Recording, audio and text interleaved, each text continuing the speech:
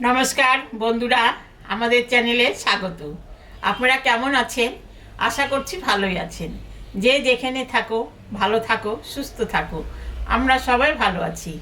তবে আজকে আমি রান্না করব, আমরা তো এখানে খোকা ইলিশ বলি, অনেকে খয়রা মাছ বলে। এটা আমি এখন ভাপা করব।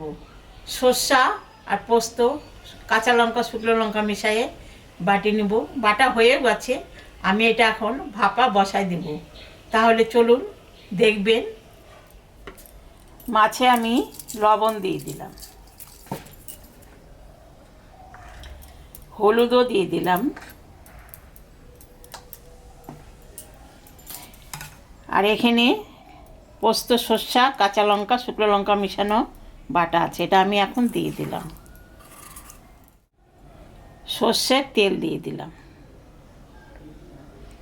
সর্ষা পোস্ত করতে গেলে একটু তেল বেশি লাগে। মাছটা এখন আমি মাখাই নেব সুন্দর করে।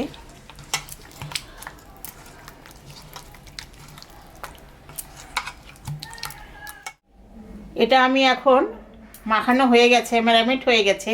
এটা আমি এখন 10 মিনিট ঢাকে রেখে দেব। তারপরে এটা আমি ভাপা বসাবো। আমি এখন ঢাকা দিয়ে ধুয়ে দিলাম।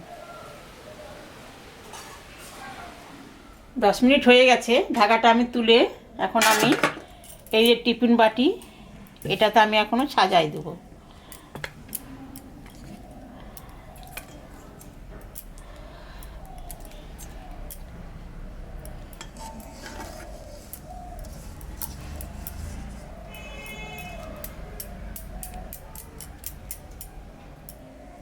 মশলাটা ধুয়ে সামান্য একটু জল দিয়ে দিলাম।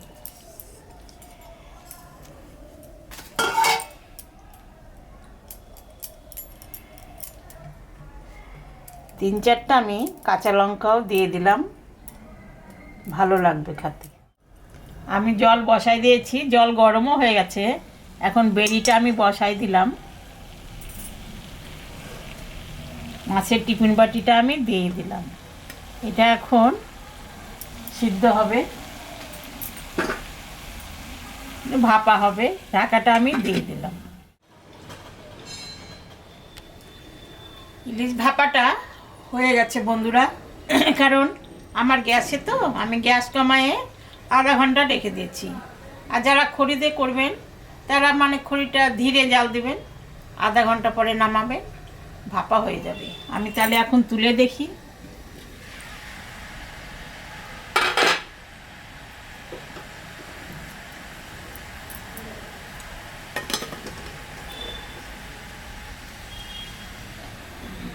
ঠান্ডা হয়ে গেছে ঢাকাটা, এখন আমি খুলে দেখি। হ্যাঁ, কি সুন্দর হয়েছে। এ দেখুন, মাছ সিদ্ধ হয়ে গেছে, খুব ভালো হয়েছে।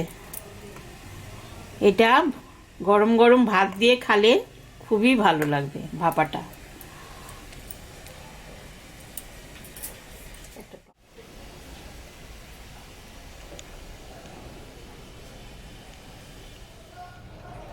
দেখলেন তো বন্ধুরা, আমি ইলিশ ভাপা করলাম। এরকম ভাপা করে বাড়িতে আপনারা খাবেন। খেয়ে কেমন লাগলো আমাকে কমেন্টে জানাবেন। আমাদের চ্যানেলটাকে সবাই একটু সাবস্ক্রাইব করবেন, ভিডিওটাকে দেখবেন, শুরু থেকে শেষ অবধি দেখবেন। ভালো লাগলে লাইক করবেন, শেয়ার করবেন। Tata, bye bye.